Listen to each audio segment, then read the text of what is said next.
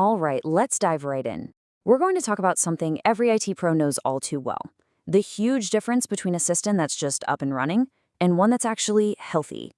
It's time to get way past simple uptime numbers and really find the true pulse of our operations. You know the feeling. We've all been there. You're staring at a dashboard that is just a beautiful sea of green. It's screaming 99.9% uptime, but your phone is absolutely blowing up. Users are mad, the business is grinding to a halt, and your team is completely exhausted. This, my friends, is the classic green dashboard lie. So this is the big question, right? It really gets to the core of the issue. That massive disconnect between what the tech is telling us and what the users are actually experiencing. To get to the bottom of it, we have to completely rethink how we view IT operations. So let's dig in. Now, the solution really starts with a major shift in how we think. The move from ITIL version 3 to version 4, this isn't just some minor update. It's a complete change in perspective.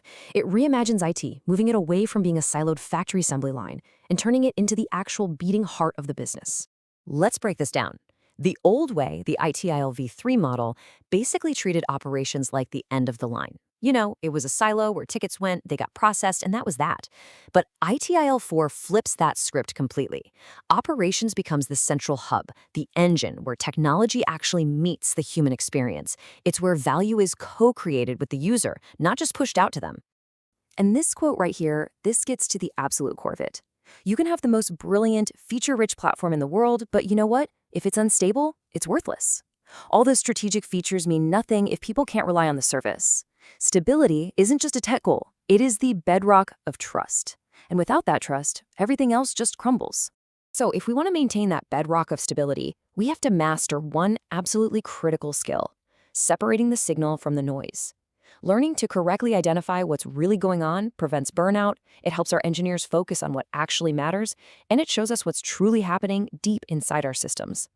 And that brings us to what I call the Operational Trinity. Okay, let's break the Trinity down into its three crucial parts: events, incidents, and problems. First, an event. This is just an observation, a change of state. A service CPU usage went up, a log was written. The goal? Just record it. Next, an incident. This is a disruption. Something is actually broken, and the goal is to restore service immediately. And finally, a problem. This is the sneaky underlying root cause. Here, the goal is to find and eliminate that fundamental flaw so it never, ever happens again. Each one requires a totally different mindset, driven by a different question. What happened? How do we fix it right now? And why did this happen in the first place? Let's use a medical analogy to make this crystal clear. An event is like a nurse recording a patient's heart rate. It's just an observation. It's data. An incident is that patient suddenly going into cardiac arrest. That's a crisis. It requires immediate, life-saving action. You don't stand around asking why in that moment. You restore the service, the patient's heartbeat. And the problem? That's the underlying chronic heart disease that caused the arrest to begin with. See? You'd never treat a heart attack by just taking more notes on the heart rate, would you? The exact same logic applies to home security. An event is the motion sensor simply detecting a door opening. An incident is the alarm blaring because there's an intruder in the house. The problem, though, is the hidden firmware bug that allowed the intruder to bypass the sensor in the first place.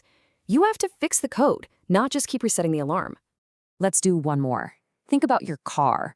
The event is the oil pressure sensor sending a low reading to the dashboard. The incident is the engine seizing up while you're doing 70 on the highway. And the problem?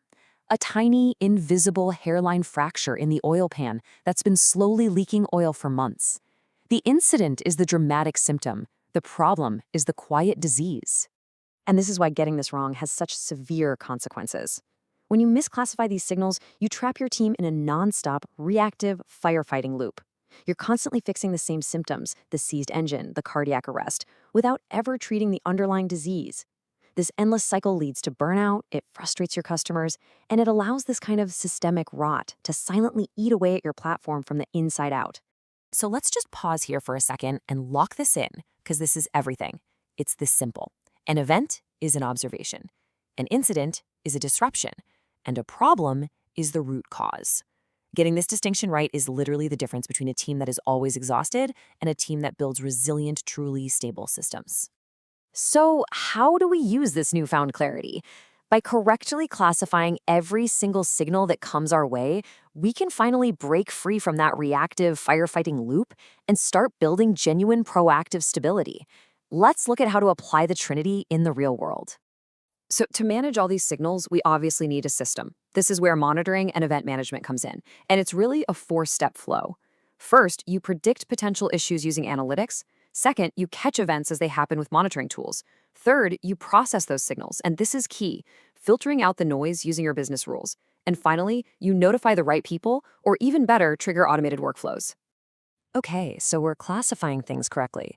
But now, how do we decide what to fix first? This brings us to strategic prioritization. Way too often, the loudest voice in the room or the person with the biggest title gets all the attention. But in a high-performing organization, logic has to win over hierarchy. Every single time.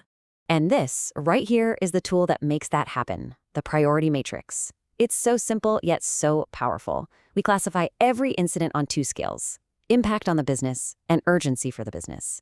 Let's go back to our CEO's Wi-Fi. It feels super urgent, right? But its actual business impact is low. That makes it a P3. Now, what about the payroll system failing 2 days before everyone gets paid? Well, that's both high impact and high urgency, a crystal clear P1. This simple matrix makes sure your best people are always working on the most critical problems. So let's connect all the dots here. We've shifted our thinking to see operations as a central value hub. We've learned how to decode the operational trinity to find the real signals hiding in all the noise. And now we're using a priority matrix to focus on what truly matters.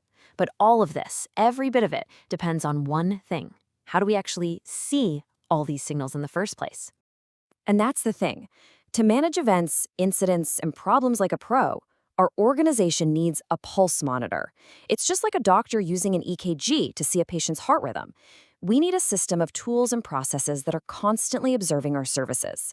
This is how we catch those faint signals before they explode into full-blown catastrophes. And that leads us to our final question.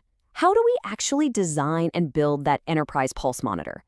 How do we pick the right tools and implement the right processes for top-tier monitoring and event management? Well, that is a very deep topic, and it's exactly what we are going to be covering in our next explainer. Thanks for joining me.